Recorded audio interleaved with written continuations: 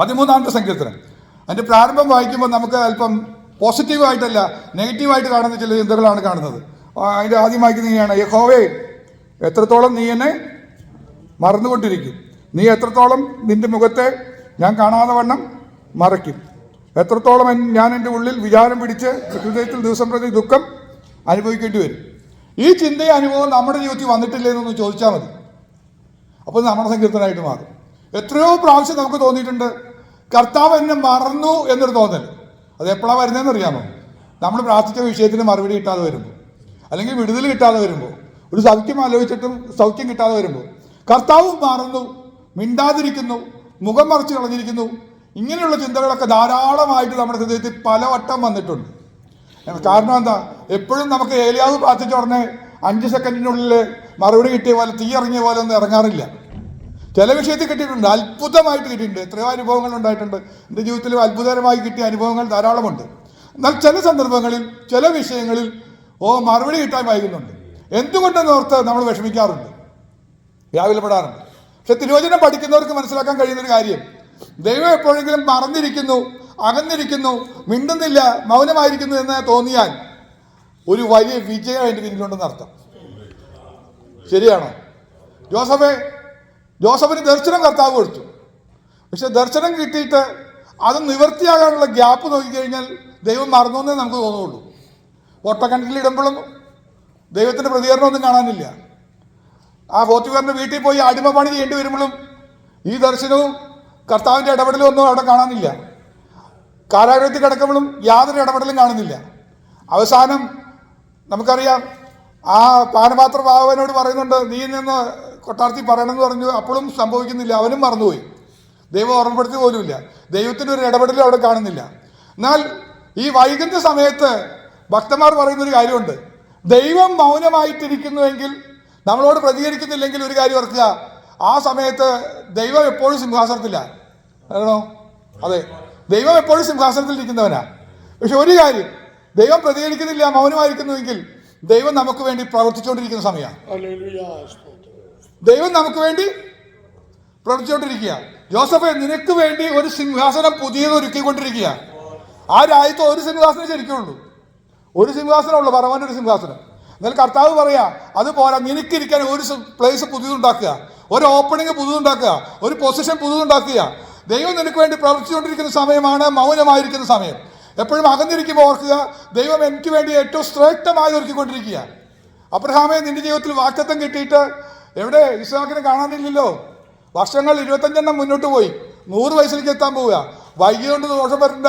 ദൈവം തരുന്നത് ഒരു അനുസരണമുള്ള പൈതലിനെയാണ്. ഒരു അനുസരണത്തിൽ പെർഫെക്റ്റായ ഒരു മകനെ തരാൻ വേണ്ടി കുറച്ച് വൈകിയെന്ന് മാത്രമേ ഉള്ളൂ. കാരണം ദൈവം ഒരുക്കിക്കൊണ്ടിരിക്കുകയായിരുന്നു.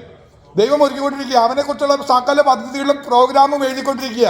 അവനെ ഹല്ലേലൂയ, വിശ്വാസികൾക്ക് പിതാവായ അബ്രഹാമിന് അനുസരണത്തിൻ്റെ പിതാവായി ഒരു മകനെ കൊടുക്കാൻ വേണ്ടി ദൈവം അവന് വേണ്ടി എല്ലാ ക്രമീകരണങ്ങളും ചെയ്തുകൊണ്ടിരിക്കുക. അവൻ്റെ ബ്രെയിനിൽ അത് മാപ്പ് ചെയ്തുകൊണ്ടിരിക്കുക, എല്ലാം ക്രമീകരിച്ചുകൊണ്ടിരിക്കുക. അപ്പോൾ എപ്പോഴെങ്കിലും ദൈവം വൈകിയാൽ അല്ലെങ്കിൽ മറന്നിരിക്കുന്നു എന്ന് തോന്നിയാൽ സംശയിക്കേണ്ട, ദൈവം നമുക്ക് വേണ്ടി പ്രവർത്തിക്കുന്ന സമയമാണ്.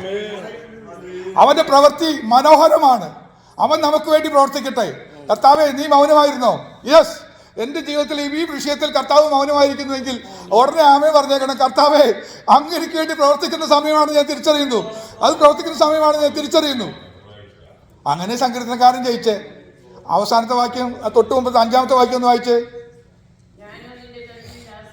ഇങ്ങനെയൊക്കെ വന്നപ്പോൾ അദ്ദേഹം ചെയ്ത കാര്യം, ഞാനോ നിന്റെ കരുണയിൽ. അടുത്ത വാചകം കൂടെ, എൻ്റെ ഹൃദയം നിന്റെ രക്ഷയിൽ. നമ്മൾ ചെയ്യേണ്ട കാര്യം ഇതാ, എൻ്റെ ഹൃദയം രക്ഷയിലായിരിക്കണം. കർത്താവേ, നീ മൗനമായിരിക്കുന്നു. എൻ്റെ ഉള്ളിൽ ഹൃദയത്തിൽ വിചാരം പിടിച്ച് ഞെരുങ്ങുന്ന അവസ്ഥകളൊക്കെ വന്നു. യെസ്, അത് നല്ലതിനാ. കർത്താവ് എനിക്ക് വേണ്ടി രക്ഷ ഒരുക്കിയിരിക്കുന്നു. കർത്താവ് എനിക്ക് വേണ്ടി വിജയം ഒരുക്കിയിരിക്കുന്നു. അത് ഓർത്ത് സ്തോത്രം ചെയ്തുകൊണ്ടിരുന്നാൽ മതി. എന്താ സംഭവിക്കുന്ന കാര്യം? അടുത്ത ലാസ്റ്റ് വാചകം പറഞ്ഞ് അവസാനിപ്പിക്കുമ്പോൾ, സങ്കീർത്തനം പറഞ്ഞ് അവസാനിപ്പിക്കുമ്പോൾ നമ്മളങ്ങ് സന്തോഷിക്കും. എന്താ പറയുന്നത്? യഹോവ എനിക്ക് ഞാനവന്. ആദ്യത്തെ വാചകം വായിച്ചു നോക്കുമ്പോൾ കരഞ്ഞുകൊണ്ടിരിക്കുക, ദുഃഖിച്ച് വിലപിച്ച് കരയുന്ന അവസ്ഥയെ പറയുന്നത്. എന്നാൽ ഒന്ന് ഓർക്കി ഒരു ചേഞ്ച് വരുത്തി. കാര്യം മനസ്സിലാക്കി. എൻ്റെ ദൈവം മൗനമായിരിക്കുന്നത് എന്തിനു വേണ്ടിയിട്ടാണെന്ന് തിരിച്ചറിഞ്ഞപ്പോൾ എനിക്ക് വേണ്ടി പ്രവർത്തിക്കുകയാണ്, നന്മ ഒരുക്കുകയാണ്, ഏറ്റവും ശ്രേഷ്ഠമായത് ഒരുക്കുകയാണ്. ഞാനിതിൽ എന്നെ തള്ളിക്കളയില്ല, അവൻ എന്നെ ഉപേക്ഷിക്കില്ലെന്ന് വാഗ്ദത്തം പറഞ്ഞ ദൈവം ഒരിക്കലും മാറിപ്പോകുന്ന ദൈവമല്ല. ഏതെങ്കിലും വിഷയത്തിൽ അങ്ങനെ എന്തെങ്കിലും ഭാരം ഉണ്ടെങ്കിൽ, ഹൃദയത്തിൽ ദുഃഖം പിടിച്ച് വിചാരപ്പെട്ട് വന്നിരിക്കുന്ന ആരെങ്കിലും ഉണ്ടെങ്കിൽ അവരോട് ദൈവത്തിന്റെ പരിശുദ്ധാത്മാവ് ഒരു ദൂത് പറഞ്ഞു വിടുകയാ. നിങ്ങൾ വിഷമിക്കേണ്ട, നിങ്ങൾക്ക് വേണ്ടി പ്രവർത്തിക്കുന്ന ദൈവത്തെ നിങ്ങൾ മനസ്സിലൊന്ന് കണ്ടിട്ട് സ്തോത്രം പറഞ്ഞാട്ടെ. എനിക്ക് വേണ്ടി രക്ഷയുടെ പദ്ധതി ഒരുക്കുകയാണ്. എന്നെ ഈ വിഷയത്തിൽ നിന്ന് രക്ഷിപ്പാൻ, എന്റെ ഈ പ്രതിസന്ധിയിൽ നിന്ന് രക്ഷിപ്പാൻ ദൈവം ഒരുക്കിയിരിക്കുന്ന പദ്ധതി മനസ്സിലൊന്ന് കണ്ട് സ്തോത്രം പറഞ്ഞേ.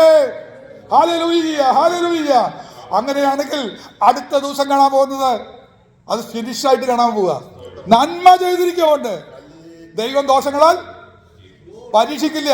ദൈവം ദോഷങ്ങളാൽ, അവൻ മൗനമായിട്ടിരുന്നാലും ദോഷങ്ങളാൽ അവൻ പരീക്ഷിക്കില്ല. ഏതെങ്കിലും ദോഷമായിട്ടുള്ള വിഷയം വന്നിട്ടുണ്ടെങ്കിലും സകലവും നന്മയ്ക്കായി കൂടി വ്യാപരിപ്പിക്കുന്നു. നമ്മൾ തിരിച്ചറിയാൻ പോകുക. ഇത് തിരിച്ചറിഞ്ഞ് ദൈവത്തെ സ്തുതിച്ചാൽ മാത്രം മതി. ഈ ദുഃഖമൊക്കെ ഉള്ളെന്ന് മാറി നമ്മുടെ ജീവിതത്തിൽ നന്മ ചെയ്തിരിക്കുന്നതുകൊണ്ട് നമ്മൾ പാട്ടുപാടാൻ പോകുക. ഹല്ലേലൂയ. നന്മ ചെയ്തിരിക്കുന്നതുകൊണ്ട് പാട്ടുപാടാൻ നമുക്ക് കഴിയട്ടെ. എൻ്റെ വാക്കുകൾ തിരിക്കുന്നു. സർവശക്തനായ ദൈവം ഈ വചനങ്ങളെ നമ്മെ അനുഗ്രഹിക്കുമാറാകട്ടെ. സ്തോത്രം.